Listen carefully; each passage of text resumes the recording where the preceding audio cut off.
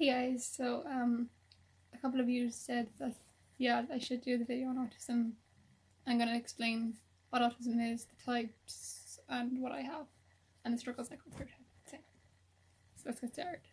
Okay, so basically, autism is a complex neurobehavioral condition that includes impairments in social interaction and developmental language. So basically, it affects the fact how you can talk to somebody and how you communicate. It's very difficult in that sense. It can be combined with rigid and repetitive behaviours, which are called stims, and it just basically affects day-to-day life. Now, there's different types of autism, which I'm going to explain as well.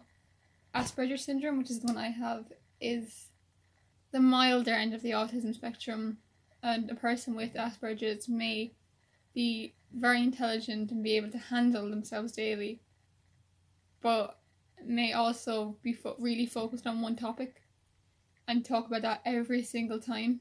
Even if someone doesn't like that topic, we're still going to talk about it constantly, and we don't really realise that, it's time to stop. I'm not going to say this one because it's really long, so I'll try. It's the perceivable developmental disorder, otherwise known as PDD or NOS. It is basically where children, or adults I guess you can say, it's the more severe one, but doesn't have the more severe things. It just affects, again, communication and things like that.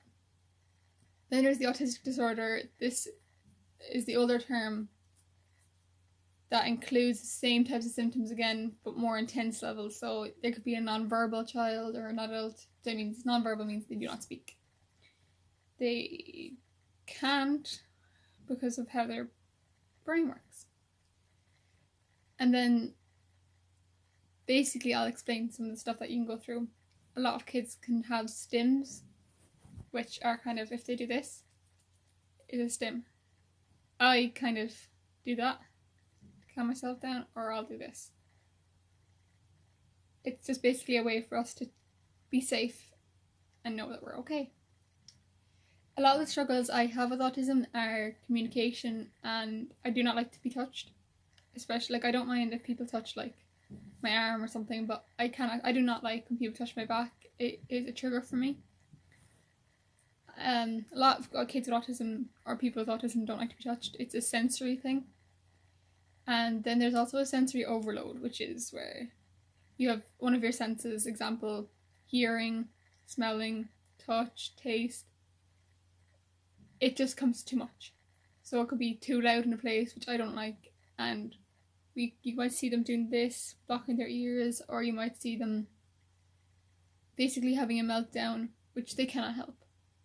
It's like someone is suffocating you and you're going to try and get it out of this situation, but sometimes you can't. You have to try and deal with it. Another thing is eye contact. We don't really do eye contact because I don't really know why it is, because obviously I've lived this my whole life. We do not like to look at people when we speak to them. We're listening, but we just don't really like to look them straight in the eye. It's uncomfortable. Along with autism comes a lot of stuff as well. I have extreme anxiety that is linked with autism. It isn't easy. But there is places, like special schools. I didn't go to one. I went to as they call a mainstream school, but I regret it in a way because school wasn't easy. But I wouldn't change it for the world. I think autism is beautiful. Kids with autism are beautiful, and it is a tough disorder to have. So if you know anyone with autism, try to be vigilant, and if they're freaking out somewhere, if you can get them out of a sad situation, do it. But if you can't, try and calm them down and tell them everything's going to be okay, and just let them do what they need to do to calm down. Okay, anyway guys, that's all I'm going to do today. Hope you enjoyed the video. If you did, give it a thumbs up, share it around if you like, and if you have any questions that I wouldn't mind answering, leave them down in the comments below. Bye!